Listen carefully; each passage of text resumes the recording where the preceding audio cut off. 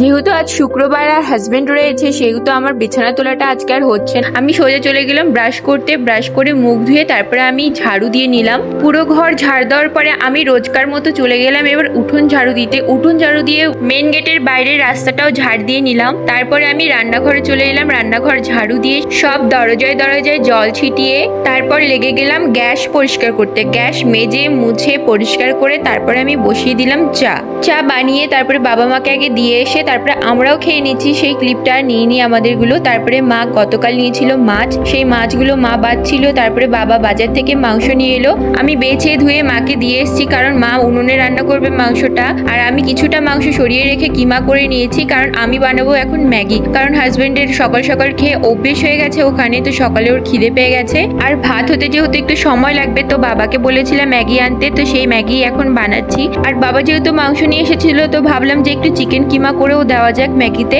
তারপরে প্রথমে আমি ভাইকে সার্ভ করে নিলাম, তারপরে নিয়ে গেলাম আমাদের রুমে। আমি যদি না খাই সে তো খাবেই না, তাই প্রথমে আমাকে খাইয়ে দিল, তারপরে নিজে খেয়ে রিভিউটা দিল। তার তো ভালোই লেগেছিল। খেয়ে দিয়ে নিয়ে চলে এলাম রান্নাঘরে মাকে একটু হেল্প করতে। পেঁয়াজ কুচি করে দিচ্ছিলাম মাকে আর একটু আদা ছুলে দিয়েছিলাম আর সবকিছুই মা শিলে বেটে তারপরে করছিল। তারপর আমি স্নান করে নিয়ে চলে এলাম এবার পুজোর ঘরে পুজো দিতে। ফুল তুলে নিলাম প্রথমেই। আর আজকে আম আর লিচু দিয়ে পুজো দিয়েছি। মা বললো আজকে আম লিচু দিয়ে পুজো দিতে, তাই সেগুলো দিয়েই পুজো দিয়ে নিলাম। তারপরে একটু রেডি হয়ে আমি দেখিয়ে দিলাম আমার লুক। তারপর চলে গেলাম বাবা আমি আর হাজবেন্ড তিনজনে মিলে খেতে। মা খাবে না, মা স্নান করে খাবে। গতকালের ভাত ছিল সেটাই মাংস দিয়ে খেয়েছে। আমার কিন্তু বেশ ভালো লাগে বাসি ভাত দিয়ে মাংস।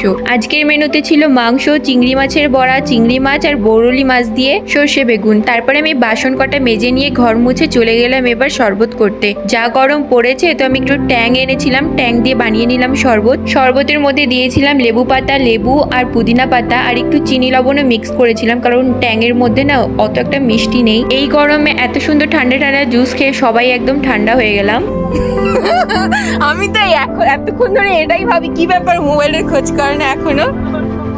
এদিকে হাজবেন্ডের যাওয়ার সময় হয়ে গেছে আর ফোন রুমে ফেলেই চলে এসছে। আমি দেখে নিয়ে এসে ফোনের খোঁজ করাতে ফোনটা তুলে দিই হাতে। জানেন তো এই সপ্তাহে আমাকে বলেছিল যে আসবে না কারণ সোমবার থেকে গরমের ছুটি পড়ছে সেই কারণে। আর এদিকে আমাকে না জানিয়ে এসে সারপ্রাইজ দিয়ে দিল। তাই হোক রাতের জন্য এবার আমি আটা মেখে নিচ্ছি, রুটি বানাবো। তাই আজকের মতো এতটুকুই রাখলাম। ভিডিওটি ভালো লাগলে লাইক কমেন্ট শেয়ার করতে একদম ভুলবেন না আর ফলো সাবস্ক্রাইব তো অবশ্যই করবেন। টাটা।